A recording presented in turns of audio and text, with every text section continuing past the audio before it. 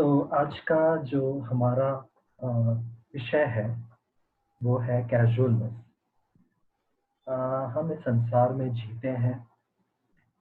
हम इस संसार में जब एक इंसान के रूप में जीते हैं क्योंकि परमेश्वर ने जिस तरह अभी स्तवन जब आराधना के उस गीत को गा रहा था, तो जिस प्रकार वो याद दिला रहा था कि कितने बड़े भूमंडल में एक छोटे से हम हैं।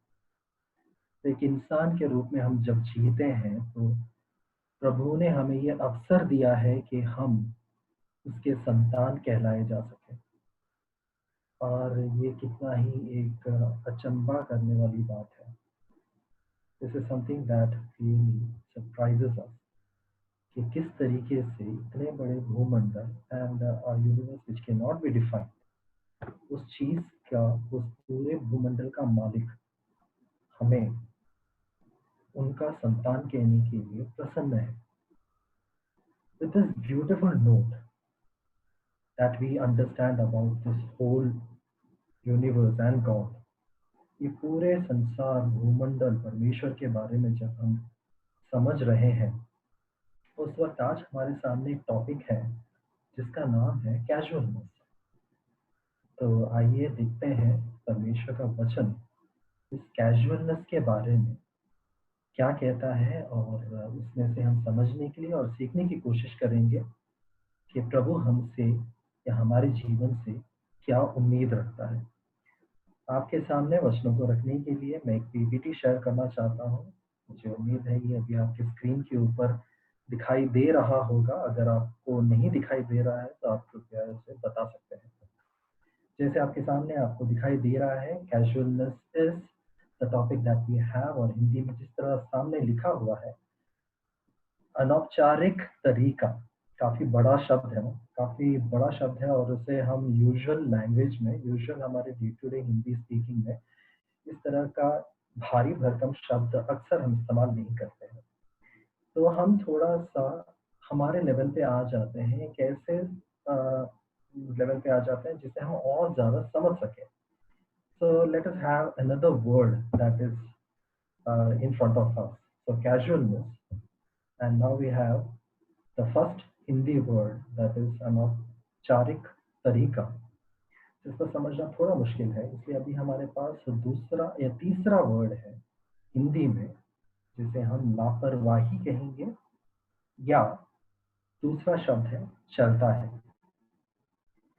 ये चलता है शब्द काफी इस्तेमाल किया जाता है हमारे द्वारा, क्योंकि ये एक इतना कॉमन वर्ड है, हमें कई बार समझ में भी नहीं आता कि ये वर्ड हमें कब इस्तेमाल करना है, कितना इस्तेमाल करना है, और उसकी गंभीरता कितनी ज्यादा है। So we have a topic in front of us that is known as casualness.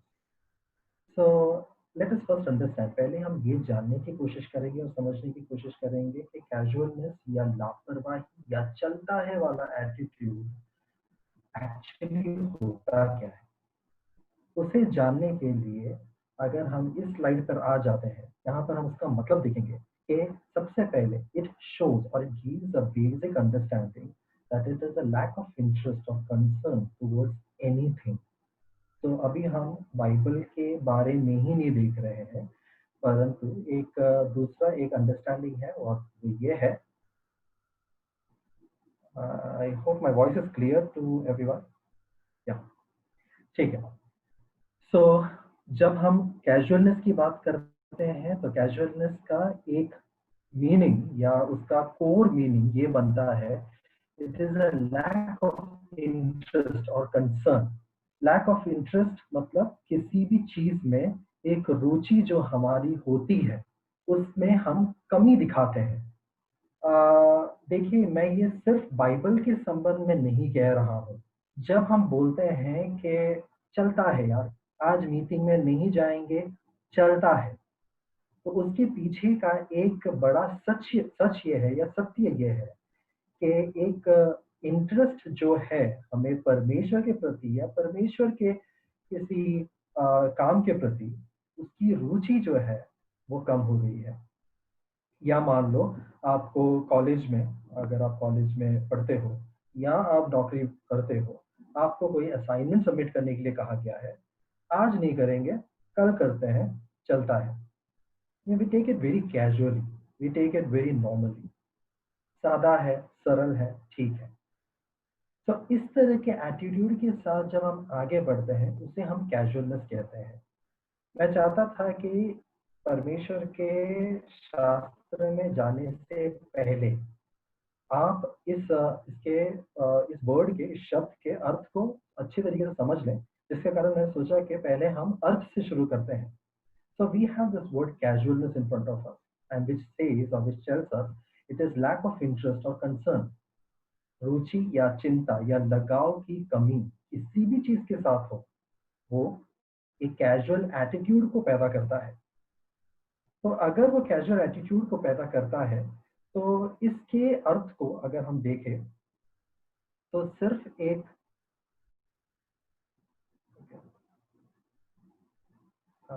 hello, is my voice clear? Is it audible? Yeah, now it is audible. Now it is audible. Okay, Yeah. thank you so much. Yeah. So इसके साथ हम देखेंगे कि अलग दूसरे अर्थ कौन से हैं, क्योंकि एक शब्द को या एक टॉपिक को सिर्फ एक नेगेटिव बैकग्राउंड से देखना शायद सही नहीं होगा। इसलिए हम देखेंगे कि कुछ पॉजिटिव एरियाज भी देखेंगे, जिसके साथ हम उस कैजुअलनेस को ज़्यादा समझ सकें या ज़्यादा पढ़ सकें। ना अभी आपके सामने कुछ शब्द लिखे हुए हैं जो आपको ये बता रहा होगा कि कैजुअलनेस का दूसरे अर्थ क्या-क्या है। जैसे इंग्लिश में आप देख सकते हो, ईज़ लिखा हुआ है, नेचुरल लिखा हुआ है, सेरेमोनियल लिखा हुआ है। मैं ये नहीं कहता कि सारे वर्ड्स जो हैं वो 100% जो पॉजिटिव आइडियाज़ को दिखा रहा है, but then these words also do show certain positive side of the word casualness. ठीक है, तो ईज आराम से या आराम के साथ, नेचुरल स्वाभाविक तरीके से, या अनसेरेमनियस या अल्प, तुच्छ, साधा इत्यादि शब्द जो है हमारे सामने। तो अभी हम वापस कैजुअलनेस के अर्थ को समझ रहे हैं। तो अब तक हमने देखा और हमने ये समझ लिया कि कैजुअलनेस का मतलब क्या होता है। कैजुअलनेस इज किसी भी चीज में हमारी रुचि की कमतरता या हमारा लगाव जो है उसमें कमी। तो ये सुनकर ही आपको समझ में आ गया होगा कि आने वाला जो भी हम अध्ययन करने वाले हैं, उसका कोर क्या है कि इसके अंदर ज़रूर ऐसे सारे टॉपिक्स आएँगे जहाँ पर बोला जाएगा कि एक विश्वासी को परमेश्वर के वचन में ज़्यादा रुचि दिखाना चाहिए, बहुत ज़्यादा लगाव दिखाना चाहिए। ये सब सच है, पर हम थोड़े अच्छे चीज़ों को भी देखेंगे जो आपके स्क्रीन में लिखा हुआ है, और स्क्रीन में लिखा हुआ है आराम से काम करना या संतुष्टि के साथ काम करना, that is being casual. Completely agree, no issues, इसके अंदर कोई दो राय नहीं है और वो अच्छी बात है। स्वाभाविक होकर काम करना, आपने शायद ये अनुभव किया होगा, you might have experience this thing, आपके ऑफिस में हो या आपके फ्रेंड सर्कल में हो या आपके कॉलेज में हो, आपके दोस्तों के सर्कल में, आपके पहचान के सर्कल में एक ऐसा इंसान तो जरूर होगा जो लाइक यू नो किसी बॉस के आने पर या लाइक यू नो थोड़ा किसी प्रोफेसर के आने पर या कोई दूसरा इंसान आपके ग्रुप में आ जाने पर थोड़ा अननेचुरल तरीके से काम करता है या थोड़ा फॉर्मल हो जाता है, थोड़ा अपने आप को ही अलग दिखाने की कोशिश करता है। तो that is not casual, that is more like formal. जैसे अभी हम थोड़ी देर पहले सवन के उस पीपीटी में हम देख रहे थे, एक दो ऑफिस गोइंग दो कलीग्स जो हैं वो इस तरीके से वीडियो कॉन्फ्रेंसिंग में बात कर रहे हैं, उस चित्र को हम देख रहे थे और काफी फॉर्मल गेटअप के साथ वो वहां पर बैठे हुए थे। वो बिल्कुल स्वाभाविक या नेचुरल जिस तरह वो है उस तरह नहीं, परंतु एक अलग रूप में वो खुद को दिखाने की कोशिश करते हैं। So is that okay? Yeah, yeah, no, certain situations, the situation demands us to be unnatural or like you know different or formal in that way. I won't say unnatural. मैं ये नहीं कहूँगा अस्वाभाविक होना, परंतु हाँ जरूर औपचारिक रूप में हम खुद को ढालने की कोशिश कर लेते हैं। तो ये कुछ मतलब है या मीनिंग है कैजुअलनेस का। अभी आपके सामने कुछ पॉजिटिव मतलब होंगे, कुछ नेगेटिव मतलब होंगे। अनसेरेमनियस तीसरा शब्द है जो बहुत ज्यादा थोड़े नेगेटिविटी को बताता है, साथ में थोड़े पॉजिटिव टच को भी लेकर आता है। अल्प या तुच्छ या सादा। यानी मैं बिल्कुल बोलता हूँ, जैसे मैं सुबह-सुबह ब्रेकफ़ास्ट करने के लिए मेरे हॉस्टल से निकलता हूँ और नीचे जो एक चाय का ठेला है या टपरी है, वहाँ पर जाकर मैं बैठता हूँ। डेफ़िनेटली मैं कोई कोट, सूट या टाई पहनकर नहीं जाऊँगा, बिल्कुल सादे कपड़े में जाऊँगा। एक कैजुअल विज़िट होगा चाय पीने की। तुच्छ समझना, मैं जब रास्ते में जाता हूँ, कोई भिखारी या कोई ऐसे भीख माँगने वाला व्यक्ति मेरे पास आ जाता है और मुझसे बोलता है, "साहब थोड़े से पैसे दे दो, ख भूख लगी है, खाना खाना है।" मैं क्या उस इंसान से इस तरीके से बात करूँगा कि भाई साहब आप कितने दिन से खाना नहीं खाया है आपने? बिल्कुल नहीं। वो मैं बिल्कुल वैसा नहीं कहूँगा। मुझे नहीं लगता कि आप में से कोई ऐसा होगा जो इस तरीके से उनके साथ बात भी करता होगा। तो डेफ़िनेटली हमारा बात करने का तरीका और क्या होगा, कितने दिन से खाना नहीं खाया रे तूने? तो ठीक है ना, शायद हम बुरे तरीके से बात नहीं कर रहे होंगे, पर हमारा जो बात करने का तरीका है वो काफ़ी ज़्यादा कैजुअल होगा। मैं ये नहीं कह रहा हूँ कि हम उसे तुच्छ समझकर बात करेंगे, बट हम उस इंसान से, वो जो भीख माँग रहा है, उससे जैसे हम बात कर रहे हैं, डेफ़िनेटली एक इज़्ज़तदार, एक ओहदे में बैठने वाले इंसान के साथ उस तरीके से बात नहीं करेंगे। तो मुझे उम्मीद है कि आपको बात समझ में आ रहा होगा, मैं क्या कहने की कोशिश कर रहा हूँ। मैं यहाँ पर ये नहीं बोल रहा हूँ कि हम उसे बुरे तरीके से बात करेंगे, शायद हम बहुत अच्छे इंसान हैं, है तो बहुत अच्छी बात है और अगर है, तो डेफ़िनेटली हम उनसे बुरी तरीके से शायद बात ना करें, परंतु सच ये है कि हम जिस तरीके से हमारे बॉस के साथ बात करते हैं या एक बहुत ही ऊँचे ओहदे में जिस एक पोज़ीशन में एक इंसान बैठे हो, उसके साथ जिस तरीके से बात करते हैं, उस तरीके से इस इंसान के साथ बात नहीं करेंगे। तो we will talk very casually, बहुत ज़्यादा कैजुअल होके, थोड़ा-सा लापरवाह होकर, चलता है यार, इस इंसान के साथ ऐसे बात कर सकते हैं, इस तरह के आइडिया के साथ उस इंसान के साथ बात करेंगे। So we have a lot of meaning right now. हमारे पास बहुत सारे अर्थ हो गए ये समझने के लिए कि कैजुअलनेस एक्चुअली होता क्या है? तो मैं ये चाहता हूँ कि आप जो मुझे सुन रहे हो, सिर्फ़ इस आइडिया के साथ ना बैठें कि कुछ अगर बुरा हो रहा है, तो वो ही सिर्फ़ कैजुअल है। हो सकता है कुछ अच्छा जो है, वो भी कैजुअलनेस के दायरे में या सीमा में आ जाए। तो इस ख़्याल के साथ हम आगे बढ़ेंगे और हम देखेंगे कि हमारी ज़िंदगी में ये कैजुअलनेस किस तरीके से काम करता है। हमारी ज़िंदगी पिछले 5-6 महीनों से काफ़ी बदल चुकी है, हमें सबको पता है। अभी हम कहते हैं कि we are living in a new normal. What is a new normal?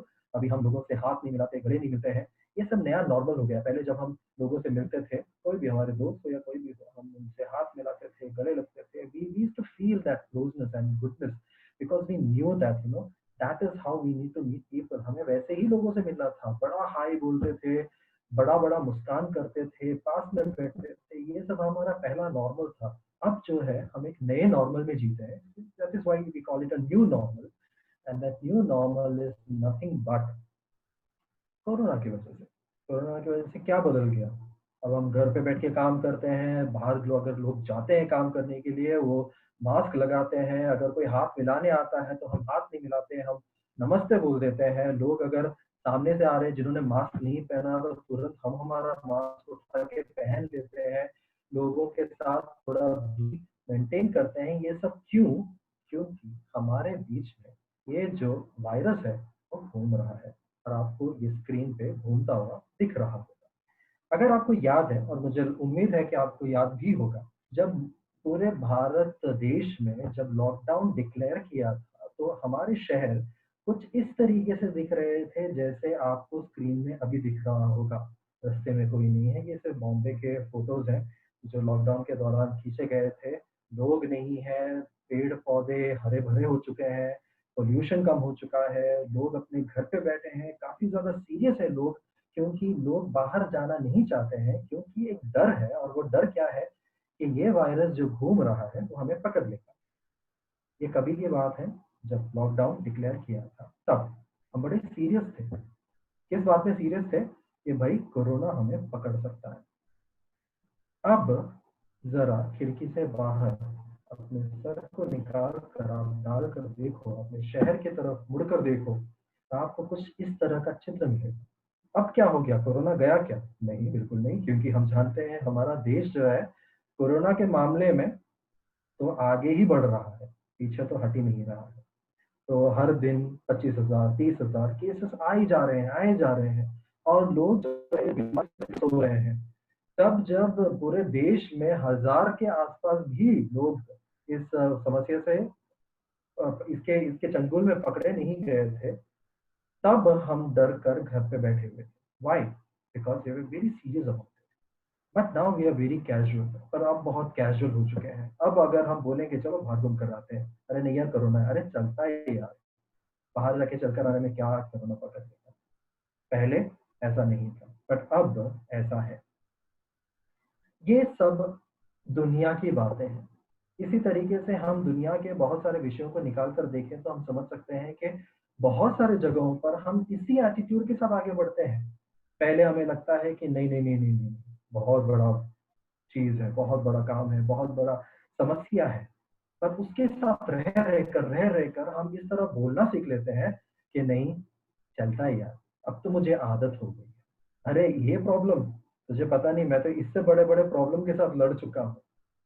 तो ये क्या हमें बताने की कोशिश कर रहा है कि ये एटीट्यूड, ये विचारधारा जो परमेश्वर ने हमारे दिमाग में डाला है कैजुअलनेस का, वो अच्छा भी है और बुरा भी।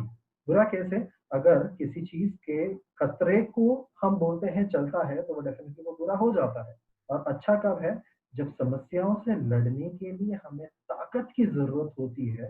तो ये कैजुअलनेस का जो एटीट्यूड है, ये विचारधारा है, वो बहुत मदद करता है और हमें ये बोलने में मजबूर कर देता है कि अरे ये प्रॉब्लम के सामने मेरे पिछले प्रॉब्लम तो कुछ भी नहीं है, चलता है, इसको तो हम हैंडल कर लेंगे। तो casualness is good and worst too. ये तो दुनिया की कुछ एग्जांपल्स हो गए जो हम ले रहे थे। क्योंकि ये यूथ मीटिंग परमेश्वर से केंद्रित है, परमेश्वर पे केंद्रित है, तो मैं चाहता हूँ कि हम एक बाइबल, एक या दो बाइबल के कुछ उदाहरणों को भी देखें, ताकि हम समझें कि कैजुअलनेस आखिर होता क्या है, और उस उदाहरण के द्वारा हम ये समझने की कोशिश करेंगे कि हमारे जीवन में हमें किस प्रकार के कैजुअलनेस को लेकर आना है या किस प्रकार के कैजुअलनेस को नहीं लेकर आना है। आपके स्क्रीन में अभी एक फोटो होगा, और वो फोटो के साइड में अगर आपको दिख रहा है तो लिखा है किंग डेविड। डेफिनेटली ये किंग डेविड का असली चित्र नहीं है, ये रिप्रेजेंटेटिव फोटो है। तो फिर बस आपके समझने के लिए है। So we have king David on the screen. Screen के ऊपर किंग डेविड है। मैं जिस भाग से आपके सामने ये उदाहरण रखने वाला हूँ, वो भाग है दूसरा समूएल, उसका 5वां अध्याय, सेकंड सैमुएल चैप्टर 5। यहाँ पर हम देखते हैं कि यरूशलेम में, ध्यान रखना, सेकंड शमूएल चैप्टर 5, क्योंकि हम अलग अलग अध्यायों को लेंगे, पहले शमूएल और दूसरे शमूएल से, तो कंफ्यूजन नहीं होना चाहिए। तो दूसरा शमूएल चैप्टर 5 के अंदर हम देखते हैं कि David the king he captures Jerusalem again. वो जेरूशलेम के ऊपर धावा बोलते हैं और उसे अपने कब्जे में लेकर आते हैं। कब्जे में लेकर आने के बाद हम देखते हैं कि ये किंग डेविड जो है जेरूशलेम को द पॉलिटिकल कैपिटल के रूप में उसे डिक्लेयर कर देते हैं। पॉलिटिकल कैपिटल का मतलब है राजनीतिक राजधानी के रूप में उसे डिक्लेयर कर देते हैं। जैसे इंडिया का कैपिटल जो है दिल्ली है, वैसे इजराइल का कैपिटल जो है जेरूशलेम बना देते हैं। ये कहाँ पर होता है?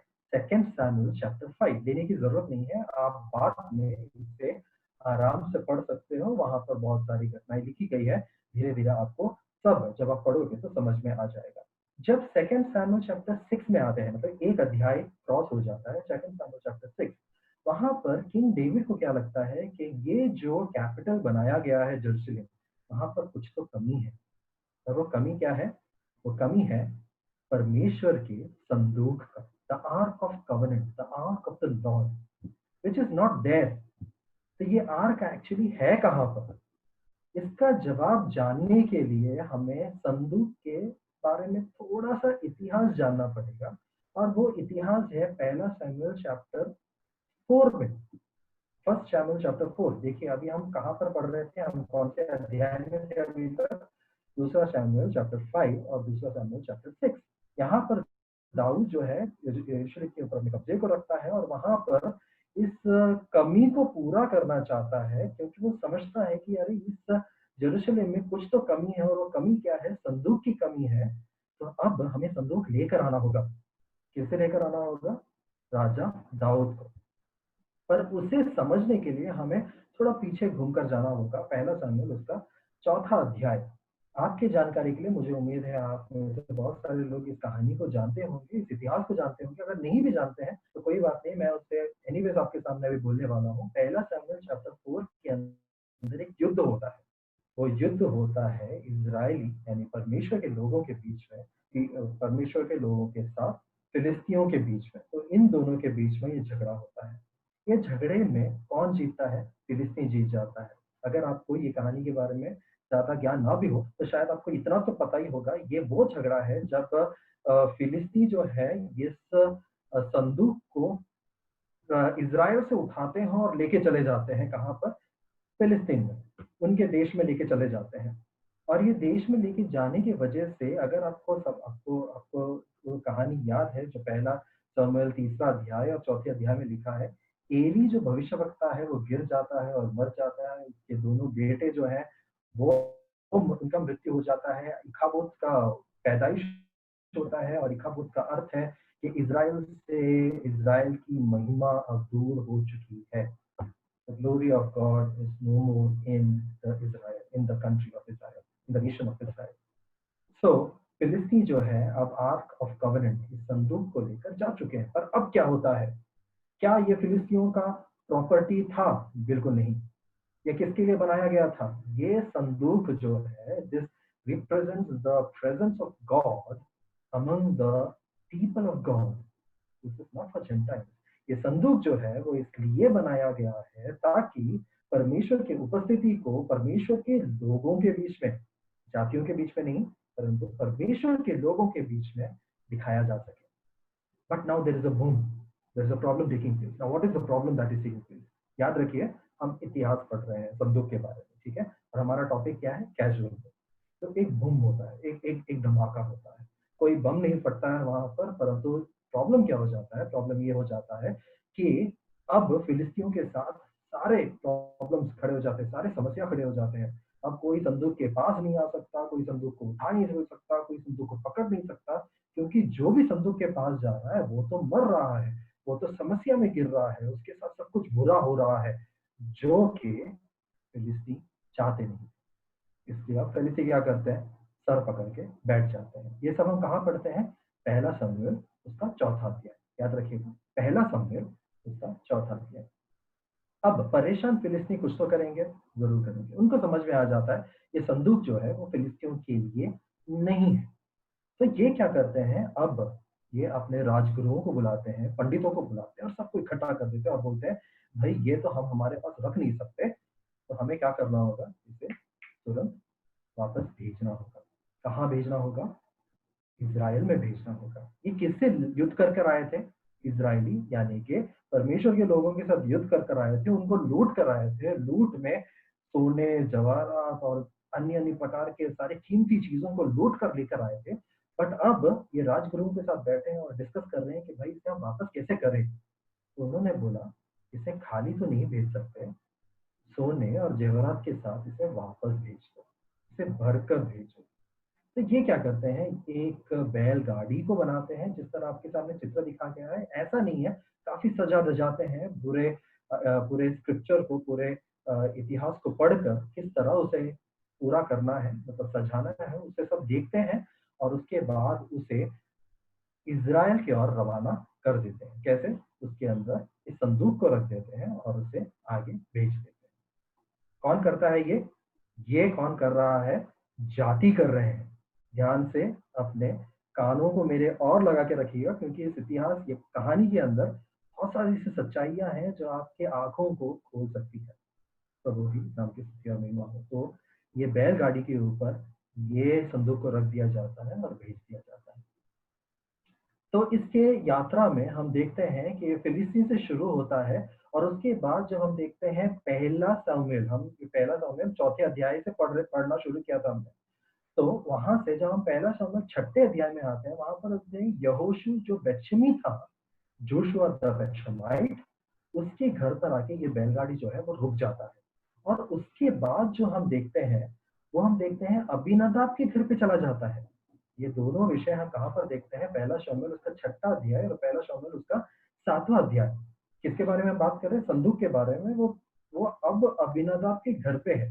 और अबीनादाब के घर पे पहुंचने से पहले एक और बड़ा घटना होता है। जैसे पिछले साइड में हमने वो भूम देखा था, जो फिलिस्तियों के साथ समस्या देखा था। अब देखिए, ऐसा ही कुछ समस्या यहाँ पर हो रहा है। पहला शमूएल उसका 6वां अध्याय, उसके 19वें वचन में इस तरह लिखा है। अगर आपके पास इंग्लिश बाइबल है तो आप इंग्लिश में पढ़ सकते हो। मेरे यहाँ पर स्क्रीन में सिर्फ हिंदी में लिखा है, तो मैं ये इसे हिंदी में इस तरह पढ़ूंगा। ध्यान से आप देखिएगा क्या लिखा हुआ है। और फिर 50,000 मनुष्य मार डाले। आपको वो कैलकुलेट भी कर सकते हो। 50,000 हमारे चैट बॉक्स में अभी शायद 20 या 25 या 30 लोग होंगे। 50,000 लोग मर गए या मार डाले गए। और वहां के लोगों ने इसलिए विलाप किया कि यहोवा ने लोगों का बड़ा ही संहार किया था। अरे ये क्या चल रहा है यार?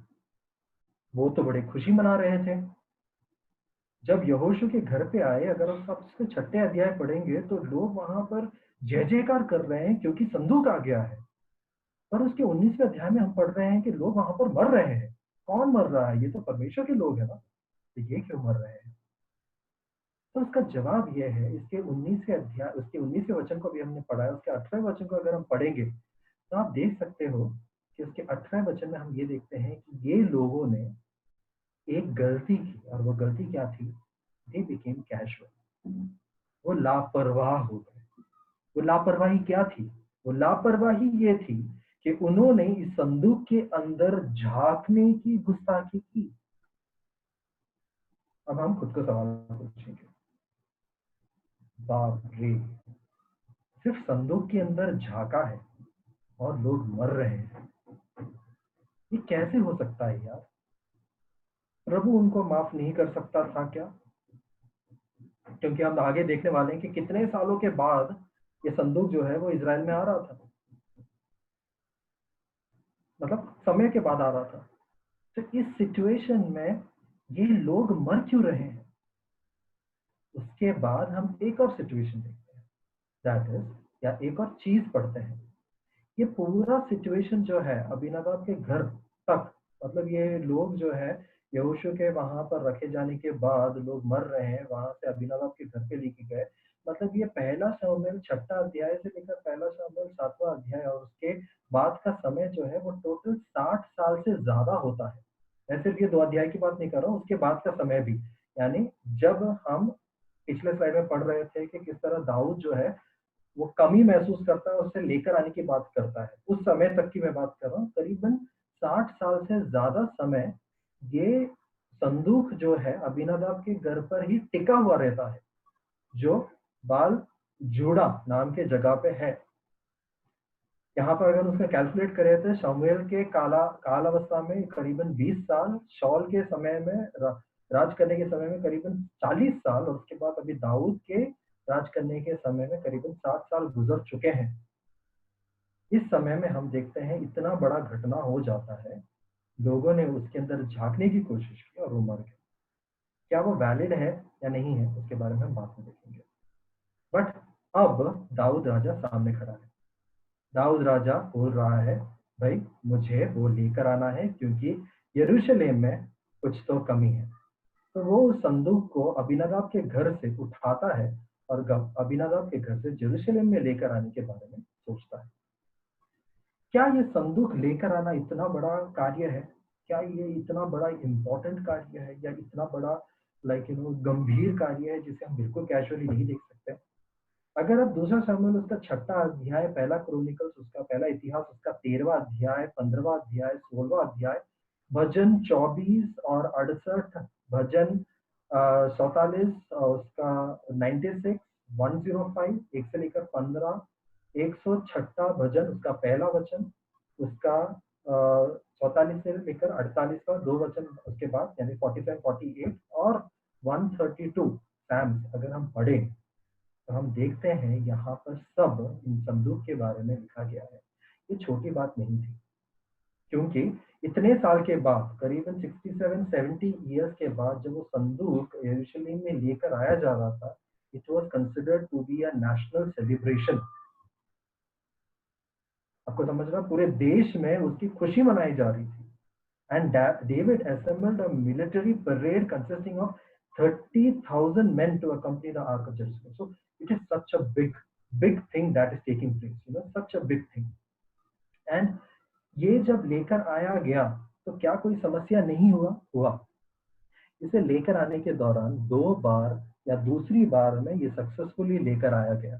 तो second time it came successfully. तो फर्स्ट टाइम क्या हुआ, जो संदूक ले आ रहे थे उन पर प्रभु का क्रोध भड़का, और वो क्रोध क्यों भड़का वो एक जानने वाली बात है। तो हमने अभी तक 2 पड़ाव देखे। फिलिस्ती लेके गए थे, वो वहां पर संदूक के साथ कुछ करने की कोशिश कर रहे थे और संदूक ने सब कुछ हिला दिया। फिलिस्ती डर गए, उन्होंने संदूक वापस भेज दिया। यहोशू बेतशेमेश के घर पे वो आने के बाद करीबन 50,000 परमेश्वर के लोग जो है मर चुके हैं। अब दाऊद जो है करीबन 70 साल के बाद उस संदूक को यरूशलेम लेकर आने के बारे में सोच रहा है। पहली बार लेकर आने में 2 गलती होगी, क्योंकि दूसरे बार में वो सक्सेसफुली लेकर आता है, पर पहली बार में 2 गलती होगी। और 2 गलती क्या थी? पहली गलती ये थी, उनको अनुभव की कमी थी। अनुभव की कमी क्या होती है? जो हम में है कई बार, 70 साल से इन लोगों ने संदूक को हिलाया नहीं था। पिछली बार भी मतलब किधर लेके नहीं गए थे। पिछली बार भी अगर कोई उसे लेकर या उसको ट्रांसपोर्ट अगर किसी ने किया था तो वो फिलिस्ती थे। अब आपको ध्यान में रखने वाली बात कौन सी है? फिलिस्ती ने किस तरीके से उस ऑक्स कार्ट में या उस बैलगाड़ी में उसे रखकर भेजा था। तो उन्होंने किया था, परमेश्वर के लोगों ने बहुत समय से इसे हिलाया भी नहीं था। तो अनुभव की कमी तो होगी ना, कितना समय हो चुका है। और आखिरी बार फिलिस्तियों के द्वारा ये संदूक लेकर आया गया था। और एक और गलती वहां पर जो हुई वो ये है कि संदूक को उठा के लाना ऐसे बोला गया है, ना कि बैलगाड़ी में लाना। अरे ये तो वापस चिंता में डालने वाली विषय है ना। चिंता में डालने वाली विषय ये है भाई और बहनों कि वहां पर जब जाति लेकर आए तो परमेश्वर ने उनका वो भेजना माफ कर दिया। परंतु जब परमेश्वर के लोगों ने इस कैजुअलनेस को एक्सेप्ट किया कि कौन उठा के लेकर जाएगा, कौन किताबों को पढ़ेगा, कौन इतिहास को पढ़ेगा, कौन नियमों को पढ़ेगा। अरे आखिरकार संदूक को लेकर ही तो आना है, तो चलो हम उठाकर ही हम बैलगाड़ी में ही उठा डालकर लेकर आ जाते हैं। कौन उठा के लेकर आने का जहमत करेगा। ये उनकी पहली गलती थी। दूसरी गलती क्या थी? दूसरी गलती हम ये देखते हैं। पहली गलती, ये सारे वचन जो आपकी स्क्रीन में है वहां पर लिखा गया है, तो आप अगर आपके रेफरेंस में चाहते हो तो आप लिख कर ले सकते हो या नोट डाउन कर सकते हो। समय की कमी की वजह से हम उसमें नहीं जाएंगे। दूसरी गलती क्या थी जो पहले अटेम्प्ट को फेलियर के तौर पे या उसे पराजित कर देती थी? वो ये है कि एक ऊजा नाम का व्यक्ति था जो इस संदूक के साथ चल रहा था। जब संदूक उस रास्ते पर आगे बढ़ रहा था तो वो रास्ते के डगमगाहट के वजह से या उस बैलगाड़ी के हिलने के वजह से, हिलने डुलने की वजह से ये संदूक जो है वो गिरने पे था। और क्योंकि वो गिरने पे था, ये ऊजा ने बहुत दिल से चाहा कि वो संदूक ना गिरे, और ऊजा ने सोचा कि मुझे कुछ अच्छा करना चाहिए। अरे ये तो मेरी जिम्मेदारी है कि उसको कुछ हानि ना पहुंचे। तो ऊजा ने क्या कर दिया, जाके पकड़ बैठा। परंतु परमेश्वर के वचन में क्या लिखा गया है? तो ये लिखा गया है कि उसे कोई छू नहीं सकता। परमेश्वर के संदूक को कोई उसके करीब आ नहीं सकता। परंतु ऊजा ने क्या किया? ऊजा ने ये सोचा, भाई अगर मैं नहीं पकड़ूंगा तो ये संदूक तो गिर जाएगा, परमेश्वर का तो बहुत बड़ा नुकसान हो जाएगा। और इसी के साथ पता है आपको वहां पर क्या होता है? ऊजा का मौत हो जाता है। वहां पर एक बहुत बड़ा नेशनल सेलिब्रेशन चल रहा था, पूरे देश में बड़ा सेलिब्रेशन माहौल था, त्योहार था, पर्व चल रहा था कि संदूक जो है वो वापस आ रहा है। परंतु देखो अब यहाँ पर ऊजा मरा पड़ा हुआ है। आपके स्क्रीन में आपको 3 पॉइंट्स दिख रहे होंगे। दूसरी गलती पहले अटेम्प्ट में क्या थी? परमेश्वर के पवित्रता को नहीं समझा गया, परमेश्वर के कार्य को मानुषिक नियमों के अनुसार तोला गया, और तीसरा संदूक को हाथ से संभाला गया। ये सभी विषय जो आपके सामने है, इसके लिए अगर हम एक दूसरे एंगल से सोचें तो हम ऐसे बोल सकते हैं, अरे यार ऊज़ा की क्या गलती है? उसने तो अच्छा ही सोचा था ना। तो अगर आप पिछले हफ्ते इस मीटिंग में जुड़े हुए अगर थे तो एक मैसेज लिया था भाई साहब ने, नहीं जानते भाई साहब हमारे साथ है कि नहीं, परंतु भाई साहब ने एक मैसेज लिया था, उसमें एक वाक्य उन्होंने कहा था कि आजकल दुनिया में हम अलग-अलग तरीके के आइडियोलॉजीज़ के साथ जीते हैं, उसमें से एक आइडियोलॉजी ये है किसी के भले के लिए अगर हम एक झूठ बोल देते हैं तो उसमें क्या बुराई है। ऊज़ा ने भी कुछ ऐसे ही समझा था। थोड़ा-सा लापरवाह हो गया, थोड़ा-सा कैज़ुअल हो गया। अरे वचन में तो लिखा है पर ये तो गिरने वाला है ना, तो मैं नहीं क पकड़ूँगा तो कौन पकड़ेगा? तो कैज़ुअलनेस के चक्कर में, उस लापरवाही के चक्कर में ऊज़ा ने अपनी जान को खो दिया और ये बहुत बड़ा एक समस्या उस समय पर उठ खड़ा हुआ जिसे हम देखते हैं, जिसके वजह से उस देश में एक मातम सा छा गया और पूरे सब लोग जो है उदास हो गए। परंतु दूसरे अटेम्प्ट में definitely it became a huge success और उसे यरूशलेम में लेकर आया गया। एक नए नियम से एक उदाहरण पढ़ते हैं। एक उदाहरण, एक एग्जाम्पल देखेंगे। यहाँ पर यूहन्ना 12वां अध्याय है। यूहन्ना का सुसमाचार उसका 12वां अध्याय, John chapter the gospel of John chapter 12। यहाँ पर गॉस्पेल ऑफ जॉन लिखा नहीं है तो कंफ्यूज ना होइएगा। जॉन चैप्टर 12 उसका तीसरा वचन, उसका 5वां वचन लिखा हुआ है। चौथा वचन जानबूझकर नहीं डाला है, तो तीसरे वचन में इस तरह लिखा है। ये वो समय है जब प्रभु यीशु मसीह जो है लाजर के घर पे जाते हैं। वही लाजर जिन्हें उन्हें मृतकों में से जी उठाया था। लाजर के घर पे जाते हैं और मरियम और मार्था जो लाजर के बहनें हैं, वो काफ़ी ज़्यादा शिद्दत के साथ परमेश्वर को इनवाइट करने के लिए, उन्हें वेलकम करने के लिए, उनको स्वागत करने के लिए खड़े हैं और उनके लिए सभी चीज़ों को संपूर्ण रूप में सब परफेक्ट करना चाहते हैं। कुछ भी कैजुअल नहीं है वहाँ पर। सब कुछ सीरियसनेस के साथ और सब कुछ एकदम प्लान्ड होकर, ऑर्गनाइज़ होकर करना चाहते हैं। तो तीसरे वचन में इस तरह लिखा है, तब मरियम ने जटामासी का आधा सेर बहुमूल्य इत्र लेकर, कहने का अर्थ यह है कि एक बहुत ही महंगा जो इत्र लेकर यीशु के पांव पर डाला। ठीक है, ये उनका आराधना करने का भाव था जो उन्होंने वहां पर दिखाया और अपने बालों से उसके पांव पोंछे और इत्र की सुगंध से घर सुगंधित हो गया। कहीं कोई कैजुअलनेस नहीं है। पर अब देखिए 5वें वचन में हम आते हैं, वहां पर एक सवाल उठाया गया है और वो सवाल ना लाजर ने उठाया, ना मरियम ने उठाया, ना मार्था ने उठाया। ठीक है, ना मेरी ने उठाया। ठीक है, यहाँ पर मार्था और मरियम, ना मार्था ना मेरी ने उठाया, परंतु एक तीसरा इंसान वहां पर खड़ा है जो परमेश्वर के, माफ करना, प्रभु के चेलों में से एक है और उसने ये शब्द को उठाया, ये सवाल को उठाया जो हम उसके 5वें वचन में पढ़ते हैं। ये यह इत्र 300 दिनार में बेचकर कंगालों को क्यों न दिया गया? अरे सही बात है ना यार, मतलब गलत क्या है उसमें? मतलब कोई भी सोचेगा तो ये बोलेगा ना, अरे इत्र खरीद के पैर में डाल दिया, वेस्ट हो गया ना। रूम में सुगंध रहेगा 2 दिन तक, 3 दिन तक, महंगा है तो चलो 1 हफ्ते तक रहेगा। पर ये भाई साहब तो सही बोल रहे हैं जिसका फोटो आप देख रहे हो, और वो बोल रहा है कि इसे 300 दिनार में बेचकर अगर गरीबों में बांट दिया जाता तो कितना अच्छा होता। ये भाई साहब थे यूदास इस्करियोती, जिसके बारे में मुझे उम्मीद है कि आपको पता होगा। देखिए ये सोचने का विभिन्न तरीका है। इसके 6ठे वचन में ऐसा लिखा गया है, वो इस तरीके से इसलिए बोल रहे थे क्योंकि वो पैसा चुराना चाहते थे, या उनका उद्देश्य या उनका विचार उस तरह का था।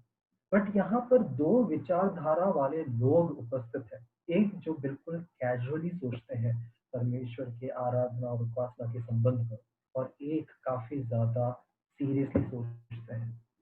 यहाँ पर मरियम जो है वो ऐसा क्यों कर रही है? क्यों वो ऐसा नहीं सोच रही कि यार एक साधारण सा इत्र क्यों नहीं उठा लेते यार? वैसे भी पैर पर ही तो डालना है। क्यों इतना बहुमूल्य इत्र की ज़रूरत क्या है?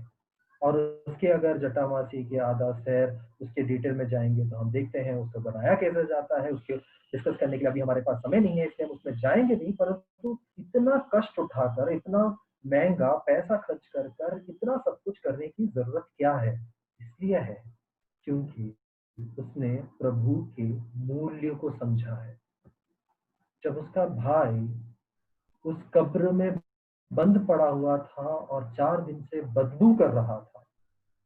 ये जटामासी का आधा सेर बहुमूल्य इत्तर उसके कब्र पे फेंक दिया जाता, उसे ओढ़ दिया जाता, फिर भी उस मृत शरीर का जो बू है, जो बदबू है, वो ठीक नहीं हो सकता था, वो उसे ढका नहीं जा सकता था। But we see in Romans chapter 5, we see a word called atonement. हम एक अंग्रेजी बाइबल में रोमी उसका 5वां अध्याय उसमें एक अटॉनमेंट वर्ड शब्द पढ़ते हैं, जिसे ओढ़ देने के समान कहा गया है या ओढ़ देने के साथ जोड़ा गया है। यार the blood of the Christ atones the sin of the believer. प्रभु के वो शब्द जो है, उसने उस बू के ऊपर, उस बदबू के ऊपर एक ऐसा कवर डाल दिया था कि थोड़ी देर के बाद जब प्रभु यीशु मसीह ने बात करना शुरू किया, उसके बाद वो बदबू वहां पर नहीं रहा, परंतु एक जीवित लाजर कब्र से बाहर निकल कर आया। मरियम प्रभु यीशु मसीह के मूल्य को समझती थी, इसलिए जूडा से यहूदा जो है इस विषय को नहीं जानता था। जो यहूदा ने कभी अनुभव नहीं किया था, क्योंकि उसने अनुभव नहीं किया था, उसके लिए ये तो साधारण सी बात थी। अरे यार, इतना इतना इतना बड़ा वेस्टेज। पर मरियम से पूछो, वो बोलेगी ये जो मैं कर रही हूँ वो भी बहुत कम है, क्योंकि परमेश्वर ने, प्रभु ने जो मेरे जीवन में किया है तो उससे कई गुना ज्यादा बड़ा है। The level of casualness you can see, the level of casualness that Judas had, the level of casualness that Uzzah had. I'm not telling Uzzah was wrong, but he was casual, which made him wrong. मैं ये नहीं कहता कि ऊजा जो है वो गलत था, पर वो लापरवाह था। उसकी लापरवाही ने उसको गलत ठहराया, उसकी गलती ने उसको लापरवाह नहीं ठहराया। ऊजा तो अच्छा सोच रहा था शायद, हम उसके मन के अंदर अभी नहीं जा सकते, परंतु जो वचन हमारे सामने है उसे हम ये समझ सकते हैं या एक ऐसा दृष्टिकोण दे सकते हैं, शायद वो अच्छाई करने की कोशिश कर रहा था। परंतु हम ये देखते हैं कि लापरवाही की वजह से चीजें खराब हो गई। मरियम यहाँ पर उसी विषय को या उसी चीज को समझती है और जानती है। हम जब रेवल्यूशन, प्रकाशित वाक्य उसके 3रे अध्याय में आते हैं, बहुत बड़ा ही सुपरिचित वाक्य है और कई बार हम इन वचनों को बहुत सारे परमेश्वर के पढ़ाई के दौरान पढ़ते भी हैं। तो प्रकाशित वाक्य 3रा अध्याय, रेवल्यूशन चैप्टर 3 वर्स 16, जहां पर इस तरह कहा गया है, उसके रेड में लिखे हुए वचन को हम पढ़ेंगे। लिखा है कि 100 इसलिए कि तू गुनगुना है और ना ठंडा है और ना गर्म है। ये परमेश्वर के वचन है। So then, because thou art lukewarm and neither cold nor hot. अक्सर हम इस वचन को पढ़ते हैं ना, तो हम इसे इस तरीके से देखते हैं कि या तो परमेश्वर से दूर रहे या तो परमेश्वर के करीब रहे, बीच में रहने की जरूरत नहीं। और ये हमारे कैजुअलनेस की स्टडी के साथ बिल्कुल मैच भी होता है ना। बट हम इसी के साथ जरा कैजुअलनेस के दूसरे एरिया को देखेंगे और हम समझने की कोशिश करेंगे कि वो वहां पर ऐसे प्रकाशित वाक्य में ऐसा लिखा क्यों गया था। तो हम हमारे कैजुअलनेस, अगर कैजुअलनेस को हम हमारे जीवन में टटोलेंगे, तो 4 एरिया को हम देखेंगे, उस 4 एरिया को देखकर हम आगे बढ़ेंगे। तो बीइंग कैजुअल विद टाइम, समय हमारे पास, सबके पास है, सबके पास 24 घंटे हैं। भले वो डोनाल्ड ट्रंप क्यों ना हो, भले वो देश का कोई बड़ा कोई मंत्री क्यों ना हो, प्रधानमंत्री क्यों नहीं हो, राष्ट्रपति क्यों ना हो, कोई बिजनेसमैन क्यों ना हो, कोई बड़ा टीचर क्यों ना हो, कोई स्टूडेंट क्यों ना हो, काम करने वाला, कोई खेत में काम करने वाला एक साधारण फार्मर क्यों ना हो, हर किसी के पास 24 घंटे हैं। इसमें हम काम करते हैं, हमारे घर गृहस्थी चलाते हैं, हम सोशल नेटवर्किंग करते हैं, लोगों के साथ बात करते हैं, एफबी चलाते हैं, इंस्टाग्राम चलाते हैं, हम गेम्स खेलते हैं, वीडियो गेम्स। अगर आप उसमें रुचि रखते हो तो कई काफी घंटे हम उसमें निकाल देते हैं। Call of Duty, Fortnite, PUBG, etcetera etcetera. हम चैट करते हैं, लोगों के साथ बातें करते हैं रात के 2-2:30 बजे तक, 3 बजे तक। हम आजकल क्योंकि फ्री बैठे हैं, अगर आप फ्री हो तो, अगर मुझे नहीं लगता आप अब कोई ज्यादा फ्री बैठे हैं, पर लॉकडाउन के दौरान जब शुरू हुआ था, बहुत सारे लोगों का ऐसा था कि हम नेटफ्लिक्स और प्राइम जो है वो खत्म करेंगे। सब्जेक्टिव के साथ उन्होंने मतलब लॉकडाउन शुरू किया था। हर दिन 2 मूवीज़, 2 सीरीज़ इत्यादि खत्म करने के बारे में सोचते हैं। पर अगर आप ध्यान से देखो और इस समय के बारे में अगर हम पढ़ें, तो हम जानते हैं दुनिया के अनुसार हमारे पास 3 काल है। एक है भूतकाल, that is past tense. We have 3 tenses according to the world and that is true also. भूतकाल है, that is past tense. We have present tense, that is वर्तमान काल। और हमारे पास है भविष्य काल जो है फ्यूचर टेंस। पर अगर अगर हम थोड़ा-सा सोचने की कोशिश करें, तो देखिए हमारे पास वर्तमान काल जो है ना वो टेक्निकली है ही नहीं। मैं आपसे बात कर रहा हूँ तो मेरा नाम अगर मैं बोलने की कोशिश करता हूँ, जोबिन, या तो ये भूतकाल में रहेगा, नहीं तो भविष्य काल में आ जाएगा। या तो either it will be in the past tense or it will be in the future tense. There is no actual thing called present tense. If you think on it, like the moment the word is coming out, it is already past. वो क्षण में, वो पल में जब वो शब्द आपके मुंह से निकल रहा है, वो भूतकाल बन चुका है। और जो आपके मुंह से निकलने वाला है वो आपका भविष्यकाल बन चुका है। About the future tense and about the past tense, you can say only this thing, that about the future you will either be afraid or you will be prepared. भविष्य काल के बारे में और भूतकाल के बारे में हम यही चीज देख सकते हैं या समझ सकते हैं। भविष्य काल के बारे में या तो आप पूर्ण तैयारी के साथ रहेंगे या तो फिर आप डर कर रहेंगे। जिस तरीके से शैतान के दूतगण प्रभु यीशु मसीह को कहते हैं, तू वक्त के पहले हमारा न्याय करने के लिए क्यों आ गया है, जो हम सुसमाचारों में पढ़ते हैं। वो डर कर थे। परंतु उन 10 कन्याओं में से 5 कन्याओं के बारे में जिनके दिए में तेल था, उस उदाहरण में हम देखते हैं वो 5 कन्याएं जो है वो खुशी के साथ, तैयारी के साथ भविष्य काल को देख रही थी। And you also have past tense, उसके साथ भी 2 चीज जुड़ा हुआ है। Either you will cherish your past tense or you will regret your past tense. Now, what is this? Is it related to casualness?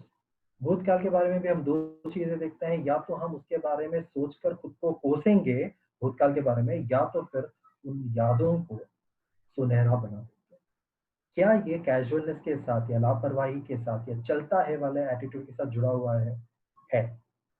क्योंकि जो हम वर्तमान, जो ब्रैकेट हमें दिया है इस समय में, उसे हम चलता है वाले एटीट्यूड के साथ अगर हम लेंगे, आप हो, मैं हो, दुनिया का कोई भी बड़ा इंसान क्यों ना हो, कोई भी छोटा इंसान क्यों ना हो, अमीर क्यों ना हो, गरीब क्यों ना हो, उससे अगर कहा कि उसके वर्तमान को चलता है, तो उसके भूतकाल के संबंध में उसे क्या करना होगा? He will either have to regret or he will be cherishing those moments. So जब हम मरकुस के अध्याय, उसके 13वें अध्याय और उसके 32वें वचन को जब हम पढ़ते हैं, वहां पर हम देखते हैं उस दिन का, उस दिन या उस घड़ी के विषय में कोई नहीं जानता, न स्वर्ग के दूत, न पुत्र, परंतु केवल पिता। उसके 33वें वचन में इस प्रकार लिखा है, देखो जागते और प्रार्थना करते रहो, क्योंकि तुम नहीं जानते कि वो समय कब आएगा। प्रभु के नाम की स्तुति और महिमा हो। ये वक्त के बारे में लिखा गया है। एक ऐसा वक्त आने वाला है जब हम पीछे मुड़कर देखेंगे, उस वक्त अगर हम खुद को कोस रहे हैं, तो उसका कारण सिर्फ एक है, वो ये है कि आज हम लापरवाह हैं। इस वचन में एक प्रार्थना के संबंध में भी लिखा गया है। 33 वचन में पढ़ते हैं, देखो जागते और प्रार्थना करते रहो। उसी के साथ हम दूसरे हमारे टॉपिक में आ जाते हैं, being casual in prayer life. What do you mean by being casual in prayer life? Not spending enough time in prayer. पर्याप्त समय जो हमें प्रार्थना में देना है वो हम नहीं दे रहे हैं। और अगर हम इसके विषय में पढ़ें, हम मत्ती रचित सुसमाचार उसके 26वें अध्याय में जब हम आते हैं, मैथ्यू चैप्टर 26, उसके 38वें और उसके 40वें वचन को जब हम पढ़ते हैं, तो वहां पर इस बार लिखा है, तब प्रभु यीशु मसीह, तब उसने उनसे कहा, प्रभु यीशु मसीह ये शब्द कह रहे हैं अपने चेलों को कि मेरा जी बहुत उदास है। कौन कह रहा है? प्रभु यीशु मसीह।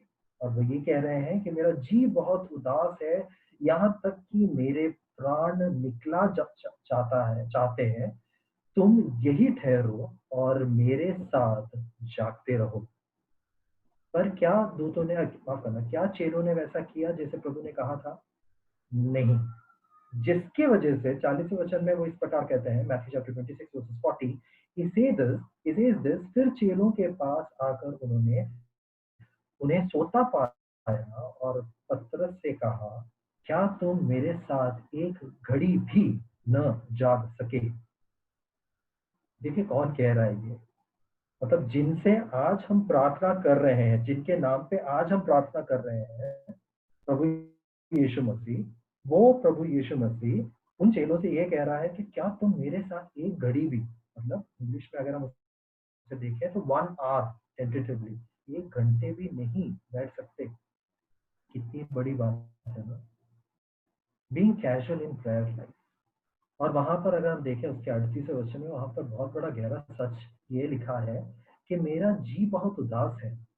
और पता है, आप जब यूहन्ना रचित सुसमाचार उसके 17वें अध्याय में हम प्रभु यीशु मसीह के प्रार्थना को पढ़ते हैं, वहां पर वो ये कहते हैं कि मैं मेरे संतानों के लिए, जो मेरे द्वारा आपके करीब आए हैं, उनके लिए चिंतित हूँ। उनका जी किस लिए घबरा रहा है? हमारे लिए। देखिए प्रार्थना का मूल्य वहां पर हम देखते हैं। मतलब मैं जब प्रार्थना कर रहा हूँ परमेश्वर के सामने प्रभु यीशु मसीह के नाम पे, उनका जी भी उतना ही घबरा रहा है या उतना ही उदास है जितना मेरा जी घबरा रहा है या उदास है। This is the same feeling that I'm sharing with the Lord Jesus Christ. That is the reason when we say, in the name of Lord Jesus Christ, please do consider this prayer, वहां पर परमेश्वर पिता अपने पुत्र को देख रहा है। आपको समझ में आ रहा है वो कैसे वो ले जा रहा है? वो हमें तो देख ही रहे हैं, परंतु अपने पुत्र को देख रहा है, जिसके जी में, जिनके हृदय में वो उदासीनता उतना ही ज्यादा भरा हुआ है या उससे भी ज्यादा भरा हुआ है जितना अपने हमारे अंदर भरा हुआ है। So when we are not spending enough time, जब हम पर्याप्त समय नहीं देते हैं प्रार्थना के लिए, we are becoming casual with respect to the prayer life. We have a fantasy prayer life also, if you know, fantasy prayer life, काल्पनिक प्रार्थना जीवन। मतलब प्रार्थना करते वक्त हम काल्पनिक दुनिया में चले जाते हैं। ये आपके साथ डेफिनेटली हुआ होगा, मैं 100% श्योर हूँ, क्योंकि मेरे साथ होता है। तो मैं जानता हूँ ये हर किसी के साथ होता है। एक काल्पनिक प्रार्थना जीवन में हम चले जाते हैं, प्रार्थना करने के लिए बैठते हैं अकेले, और उसके बाद हम आंख बंद करते हैं और बहुत सारी विचारधाराएं अपने अंदर बहनी शुरू हो जाती है। अचानक से हमें पता चलता है कि यार मैंने प्रार्थना करना तो बंद कर दिया। Fantasy prayer life is a casual way to see the prayer. Wishing is not considered to be praying. मैं कामना करता हूँ, मैं उम्मीद करता हूँ, I am hoping, that is not prayer. उसे अगर आप प्रार्थना है मान रहे हो, you are taking it very casually. Being casual in worship, a very beautiful area to study. It is a duty of a believer then a privilege. परमेश्वर ने ये विशेष अधिकार हमें दिया है ताकि हम उनकी आराधना कर सके, वो जो उनके लहू से धुले हैं और जिन्होंने उनको उद्धारकर्ता करके स्वीकार किया है, वो जिन्होंने नहीं किया है उनके लिए नहीं। ये परमेश्वर का वचन कहता है। So it's a privilege that is given to you. ये बहुत बड़ा अधिकार है जो परमेश्वर ने हमें दिया है। परंतु भाई और बहनों, ये अधिकार से ज्यादा एक ड्यूटी है that we need to do it because it's mandatory. ये जरूरी है। मैं जब तीसरे पॉइंट पे आता हूँ, मैं एक उदाहरण के बारे में सोचता हूँ। मैंने काफी साल पहले एक व्यक्ति के गवाही के बारे में सुना था। एक दूसरा व्यक्ति इस व्यक्ति के बारे में गवाही दे रहा था। वो अंकल जब चर्च में एक संडे को आराधना करने के लिए आए, तो उन्होंने इस तरह देखा, उन्होंने इस तरह पाया कि आराधना के लिए सब इकट्ठा हुए हैं, पर एक दिन पहले उनके बेटे का जो रिजल्ट आया था 10th स्टैंडर्ड का, और उसमें वो फेल हो चुका था। आज खुशी के साथ आराधना करने के लिए मानसिक तौर पे उनके पास कोई एक्चुअल रीजन नहीं है। मतलब वो इंसानी भावनाओं को देखे तो वो खुशी से वहां पर बैठ नहीं सकते। परंतु जो भाई मुझसे ये शेयर कर रहे थे, उन्होंने मुझसे इस तरह कहा कि Sunday morning when he was worshipping, he stood up worshiping the Lord and he put that one word in it। और वो एक वर्ड था, प्रभु तेरे हिसाब से जो बुद्धि तूने मेरे बेटे को दिया था या जो मेहनत उसने किया, उसके अनुसार जो रिजल्ट उसे मिला है उसके लिए मैं तेरा धन्यवाद करता हूँ। क्या ये थोड़ा ओवर एग्जैगरेटेड नहीं है? थोड़ा ऐसा नहीं लग सकता है कि यार अंकल ड्रामा करते हैं? ऐसा कौन बोलता है यार सबके सामने? उसके लिए मैं आपको लेकर जाना चाहता हूँ आयुब की किताब में, उसका पहला अध्याय और उसके 20 और उसके 21 वचन में। अगर आप उसे इंग्लिश में पढ़ो तो वहां पर जो हिंदी में दंडवत शब्द लिखा गया है उसे वर्शिप वर्ड बोला गया है इंग्लिश में। और ये कब आयुब बोल रहा है? जब उसने खो दिया चीजों को, तब आयुब उठा और भागा फाड़ा, सिर मुंडाकर भूमि पर गिरा और दंडवत करके कहा, उसने आराधना किया। he had a purpose to worship. You are understanding this? I am not telling like अगर आपके जीवन में लाइक जो भी हो रहा है एक हफ्ते की घटना, उस चीज को आप like you have to say it and do. No, our Sunday worships are more related to the blood of the Christ which was shed on the cross of Calvary. That is true, but he had a reason to worship even in that point when he was standing zero. तो वो कहता है कि मैं दंडवत कर रहा हूँ, ये कह रहा हूँ कि मैं अपनी माँ के पेट से नंगा निकला और नहीं नंगा लौट जाऊंगा। यहोवा ने दिया और यहोवा ने दिया, यहोवा का नाम को धन्यवाद। बीइंग कैजुअल इन रिलेशनशिप्स, ना आपको याद होगा एक ऐसा घटना हुआ था प्रभु यीशु मसीह के साथ, जहां पर एक अमीर व्यक्ति परमेश्वर के पास आता है और बोलता है कि प्रभु मुझे तेरे पीछे हो लेना है। प्रभु भी बोलता है कि अच्छी बात है, अगर कोई ऐसा बोलता है तो उसको डिस्करेज तो नहीं करना चाहिए ना। तो प्रभु बहुत सारी बातें करते हैं उनके साथ। प्रभु यीशु मसीह बोलते हैं कि अपने माँ बाप की बातों को मानो और ये करो वो करो। वो बोलता है कि मैं ये सब तो करता ही हूँ, बचपन से करता हूँ। और उसके बाद प्रभु यीशु मसीह मत्ती रचित सुसमाचार उसके 19वें अध्याय उसके 21वें वचन में कुछ कहते हैं। और वो ये कहते हैं उस व्यक्ति से, यीशु ने उससे कहा, यदि तू सिद्ध होना चाहता है तो जा, अपना माल बेचकर कंगालों को दे और तुझे स्वर्ग में धन मिलेगा, और आकर मेरे पीछे हो ले। What did this guy do? ये आदमी तुरंत यू टर्न लिया और भाग गया। We cannot be in a casual relationship with God. हम एक casual relationship में परमेश्वर के साथ नहीं रह सकते। इनफैक्ट हम किसी के साथ भी नहीं रह सकते। We have to be in a permanent relationship. Casual relationships are not entertained at all. परमेश्वर उसे किसी भी तरीके से कोई बढ़ावा देता ही नहीं है, क्योंकि आप देखोगे प्रभु ने कभी उस इंसान को पीछे से नहीं बोला, ए भाई अरे रुक जा यार, तू जा रहा है तो अरे सुन तो सही, तुझे मेरे पीछे आना ना, सुन तो सही, तो अच्छा ठीक है तू इतना कर ले, इतना पूरा मत बेच, आधा बेच दे। He never did that. He had his own way of dealing. He waited. The gate is open for all. The offer is for all. But if the person wants to be in a casual relationship with Christ, that is not accepted. God is not going to, परमेश्वर या प्रभु जो है वो अपने आप को कम कर कर नीचे लेकर आकर अपने अपने उस ऑरा को, अपने उस पूरे उस वैल्यू को कम कर कर खड़े रहकर ये नहीं बोलेंगे कि ठीक है मैं तेरे हिसाब से एडजस्ट हो जाता हूँ, पर वो ये जरूर बोलेंगे मैं तेरा इंतजार करूंगा। वो इंतजार करते हैं जब तक खोया हुआ भेड़, खोया हुआ बेटा लौटकर नहीं आता, वो बाप के समान इंतजार करेंगे, पर कभी जाकर ये नहीं बोलेंगे अच्छा तू ये नहीं करना चाहता ये कर ले। The relationship cannot be casual, and that is the so Revelation chapter 16 verses 3 verses 16 says, so इसलिए कि तू गुनगुना है और न ठंडा है और न गर्म, मैं तुझे अपने मुंह से उगलने पर हूँ। इसके पीछे वो जो मैं अर्थ बता रहा था आपको, परमेश्वर के खिलाफ रहो या परमेश्वर के करीब रहो, ये वो अर्थ नहीं है एक्चुअली इसके साथ जुड़ा हुआ। वो अक्सर हम लोगों के मुंह से वो अर्थ सुनते हैं, परंतु लवीदूशिया एक ऐसा कलीसिया था। ये लवीदूशिया कलीसिया को लिखा हुआ एक संदेश है, एक छोटा सा चिट्ठी है, जहाँ पर ये बोला गया है कि भाई तुम ना ठंडे हो ना गुनगुने हो, तो मत करो, तुम ठंडे हो ना गर्म हो, तुम गुनगुने हो, इसलिए मैं तुम्हें छोड़ दूंगा। इसे समझने के लिए ना मैं जल्दी से 1 मिनट में आपको लवीदूशिया जगह के बारे में कुछ समझाना चाहता हूँ। लवीदूशिया जगह जो था ना, लवीदूशिया जो जगह था, वो जगह एक ऐसा जगह था जहाँ पर 3 नदियां बहती थी। टाइनस नाम का एक बड़ा नदी था और उसमें से 3 झील जो है वो निकलती थी।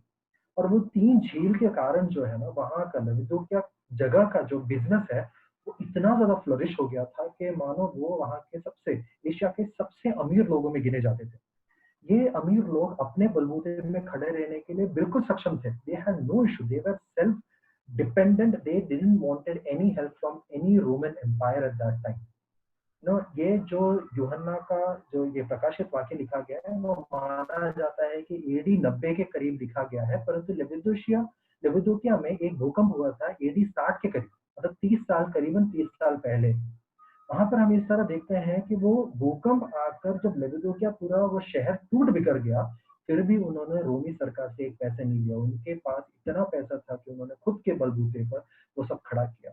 वो बिजनेस को बढ़ावा देने का मेन कारण 3 नदी है। वो 3 नदी का नाम फिलहाल मुझे याद नहीं है, परंतु उसमें से एक जो नदी है कोलोसिया, एक नदी का नाम है, मैं गलत नहीं हूँ तो उस एक नदी में जो है वो गर्म पानी बहता है। वो एक नदी जो है उनको मेडिकल बेनिफिट्स देते हैं। वो नदी के पानी को इस्तेमाल करके वो मेडिसिन बनाते थे। और वो नदी में कुछ मछलियां हैं जिनको जिनके अंदर जाके बैठने से उनको कुछ राहत मिलती है। आई इन्फेक्शन के लिए भी वो नदी के पानी को इस्तेमाल किया जाता था। एक गर्म पानी का झील था, दूसरा ठंडा पानी का झील था, तो जो लोगों को रिक्रिएशन के लिए और रिफ्रेशमेंट के लिए इस्तेमाल किया जाता था। और तीसरा था गुनगुना पानी, the look warm water. And this lukewarm water was used for one major purpose। वो किस लिए इस्तेमाल किया जाता था? टेक्सटाइल इंडस्ट्री के लिए, जहां से इनका पूरा पैसा आता था। नो डाउट बाकी 2 नदी से भी उनको पैसे का भरपूर आनंद मिलता था, परंतु ये lukewarm वाटर जो है वो उनको ज्यादा एफर्ट देता था टू अर्न द मनी। मेरा समय खत्म हो रहा है इसलिए मैं जल्दी रोकूंगा।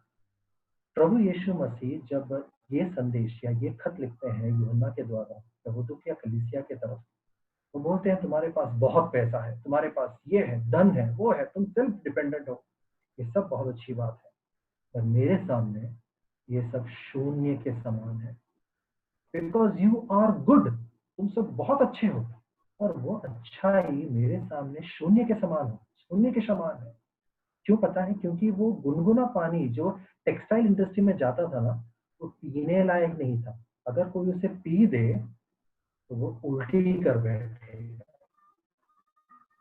मुझे लगता है कि आपको समझ में आ रहा होगा लेविदियों कलीसिया को ये इस मेटाफोर के साथ, इस उदाहरण के साथ क्यों जोड़ा गया है। जब प्रभु यीशु मसीह ये बोलता है या तो तुम ठंडे रहो, मेरे में लोगों को रिफ्रेशमेंट दो, संतुष्टि दो, आनंद दो, या तुम गर्म हो, मेरे में लोगों को ठीक करो, चंगा करो, मेरे वचन लोगों को सुनाओ। दोनों में से एक तो रहो। तुम दोनों में से एक भी नहीं हो यार, तुम तो गुनगुने पानी के समान हो, जिसे अगर मैं पी बैठूंगा ना, मैं उल्टी कर बैठूंगा।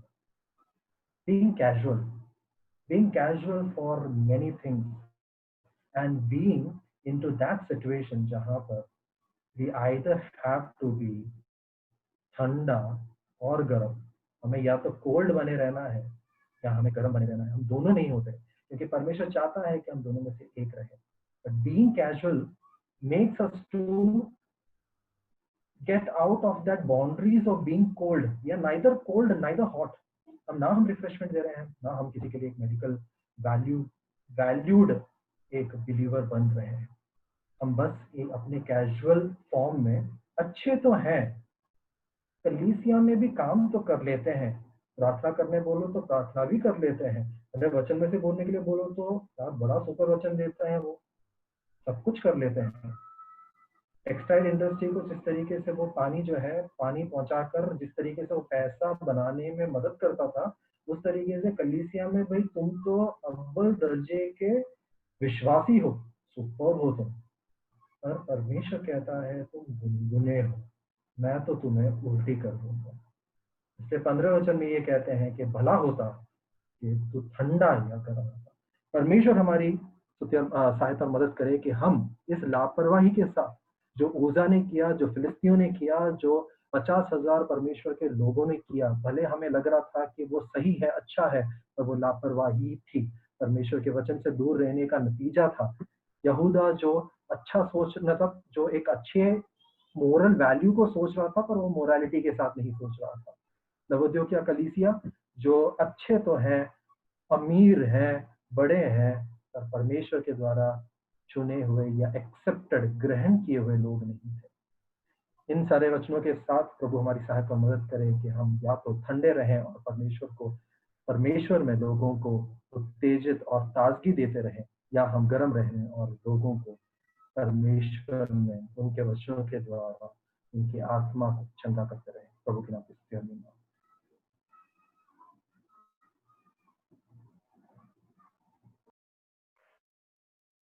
Thank you Jobin. प्रभु के वचन से हमें इतनी सारी बातें याद दिलाने के लिए it was a very wonderful message.